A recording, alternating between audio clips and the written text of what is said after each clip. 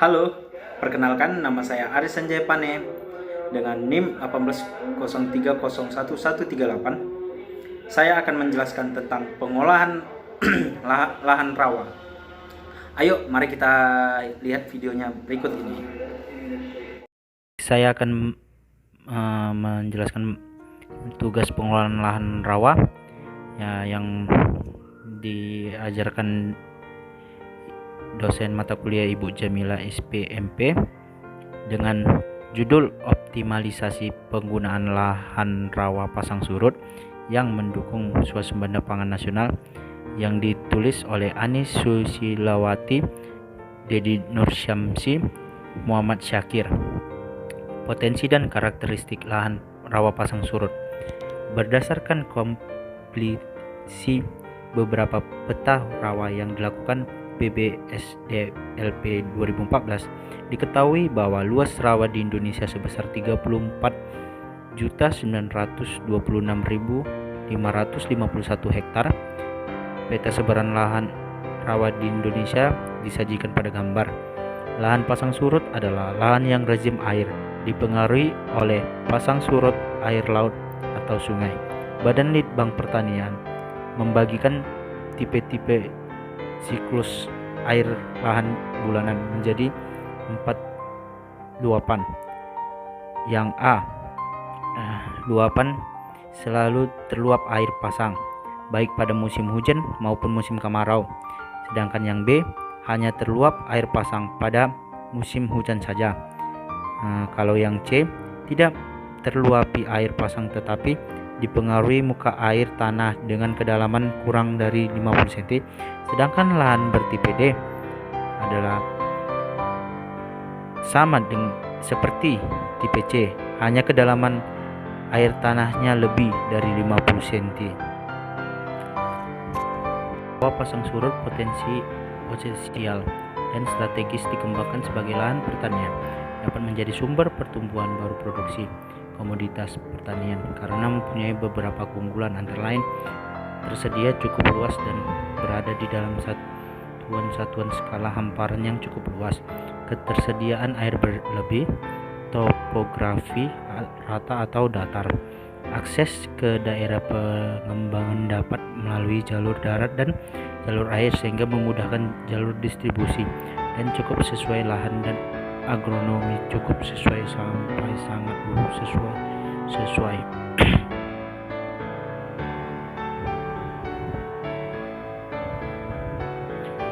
Tanah sulfat masam. Sifat fisika tanah utama sulfat masam adalah tekstur tanah yang umumnya liat atau clay lempung dan sebagai berpasir. Kerapatan linda tergolong rendah, yaitu berkisar 0,52 sampai 0,95 gram cm,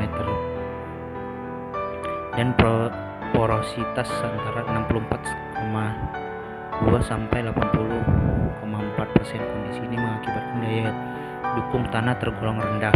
Tanah gambut bervolume lahan gambut kurang dari 0,1 gram cm untuk gambut mentah fibrik dan 0,2 sampai 0,3 gram cm pada gambut matang saprik. Rendah berat volume menyebabkan daya dukung beban menjadi sangat rendah. Keadaan ini dapat menyebabkan tanaman tahunan mudah rebah seperti kelapa dan kelapa sawit.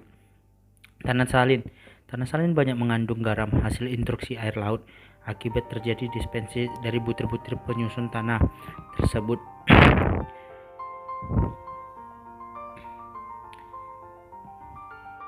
Tiga, tanah salin banyak mengandung garam hasil intrusi air laut akibat terjadi dispersi dari butir-butir liat penyusun tanah tersebut. Tanah yang terdispersi tersebut menyebabkan tanah melumpur sehingga umumnya tingkat kematangannya termasuk kategori mentah. Selain itu, karena posisi tanah salin berdekatan dengan garis pantai, maka umumnya sering terluapi air pasang laut. Akibat kondisi tersebut, tanah tidak mampu menahan air dengan baik. Tanah salin memiliki kadar garam yang tinggi, terutama kadar ion natrium. Kadar garam yang tinggi mengakibatkan optimalisasi lahan rawa pasang surut. Produktivitas lahan rawa pasang surut cukup tinggi apabila dikelola dengan baik dan dengan input yang cukup. Yang dikelola itu ya perluasan areal sawah. Perluasan areal lahan rawa sangat pasang surut terbuka luas karena potensi rawan pasang surut yang cocok untuk pertanian adalah sekitar 14,97 juta, dan angka ini belum terdata semua sehingga dapat berkembang lagi. Yang berikutnya, peningkatan indeks pertanaman IP. Indeks pertanaman ini di lahan rawa pasang surut masih rendah, yaitu hampir 90% nya masih tanaman sekali dalam setahun. Pengelolaan air merupakan salah satu faktor penentu keberhasilan pengembangan pertanian di lahan pasang surut dalam kaitannya dengan optimalisasi penyalahgunaan dan pelestarian sumber daya lahan. Air sangat penting sehingga dilakukan buka tutup air untuk air itu tidak terlalu banyak di lahan rawa. Kalaupun kekurangan, dibuka tutup. Varietas umur genjang mempunyai beberapa kelebihan dibanding dengan lokal, karena antara lain umur pendek 115 sampai 135 hari dibanding varietas lokal 9 sampai 11 bulan, sehingga dapat tanam 2 kali setahun. Jenis-jenis varietas yang baik ditanam Margasari, Maripura, Inpari, dan tahan tanam asam, genangan dan keracunan, misalnya Inpari 2, Inpari 3, dan Inpari 4. Sedangkan Inpari 1 dan Inpari 5 agak peka terhadap cekaman tersebut.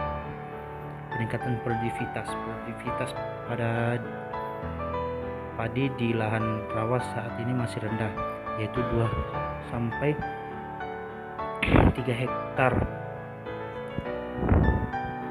ton per hektar.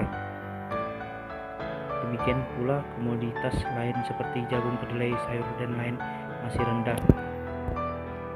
Untuk meningkatkannya, melakukan penataan lahan dengan sistem surjana dapat memberikan peluang untuk menekan komoditas yang diusahakan dan pendapatan petani. Sedangkan untuk meningkatkan efisiensi penggunaan pupuk anorganik dapat dilakukan dengan pemberian pupuk hayati, yakni Biotara dan Biosure. Biotara merupakan pupuk hayati yang terdiri dari Concentricia microba decomposer, Trichoderma sp, pelarut P. Bacillus sp, dan penambah N. Azospirillum sp, yang dapat meningkatkan hasil padi sampai 20% dan mengefisienkan penggunaan pupuk NPK sebesar 30%. Yang berikutnya, pengendalian gulma, hama, dan penyakit.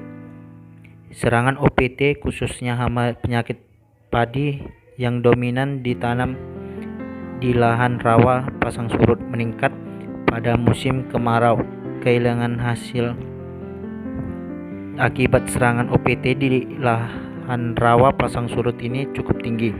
Gulma dapat menurunkan hasil padi hingga 50% karena persaingan terhadap penyerapan hara air dan sinar matahari. Hama utama yang banyak menyerang padi adalah hama tikus, burung, keong mas, orong-orong, dan hama serangga berupa wereng coklat, hama putih palsu, penggerek batang. Sedangkan penyakit utama adalah blast bercak coklat, hawar pelepah daun. Pengendalian hama dan penyakit perlu dilakukan secara terpadu (PHT) melalui cara berikut: menanam varietas toleran atau tahan terhadap serangan hama atau penyakit, mengendalikan gulma menjadi inang hama dan penyakit, melakukan pergiliran tanam untuk memutus siklus hama, melakukan tanam serentak, memperbaiki drainase, mempertahankan musuh alami, menjaga sanitasi lingkungan, dan terakhir menggunakan pestisida dalam batas ambang ekonomi sebagai alternatif terakhir. Dan penguatan kelembagaan untuk mendukung lancarnya kegiatan usaha tani yang berorientasi agribisnis, diperlukan partisipasi pelaku dan dukungan kelembagaan. Kelembagaan petani terdiri atas kelompok, yakni kelembagaan sarana produksi, kelembagaan produksi, kelembagaan pengolahan hasil, dan kelembagaan pemasaran, dan terakhir kelembagaan pendukung berupa kelembagaan permodalan dan penyuluhan. Kelembagaan petani agribisnis di lahan rawa pasang surut perlu penguatan melalui pengembangan antara lain kelompok tani mandiri, koperasi, penyediaan saran produksi, pemasaran hasil, jasa pelayanan alsintat dan perbengkelan, serta kelembagaan keuangan pedesaan, sehingga pertanian lahan rawa dapat menjadi baik dan bagus. Potensi lahan rawa pasang surut sangat besar untuk mendukung swasembada pangan. Pemahaman yang kompetensi tentang lahan rawa pasang surut ini merupakan persyaratan untuk mengembangkan teknologi yang secara teknis relevan dengan kebutuhan dan secara ekonomis terjangkau oleh masyarakat lokal. Ya, terima kasih telah mendengarkan video saya. Lebih dan kurang saya meminta maaf.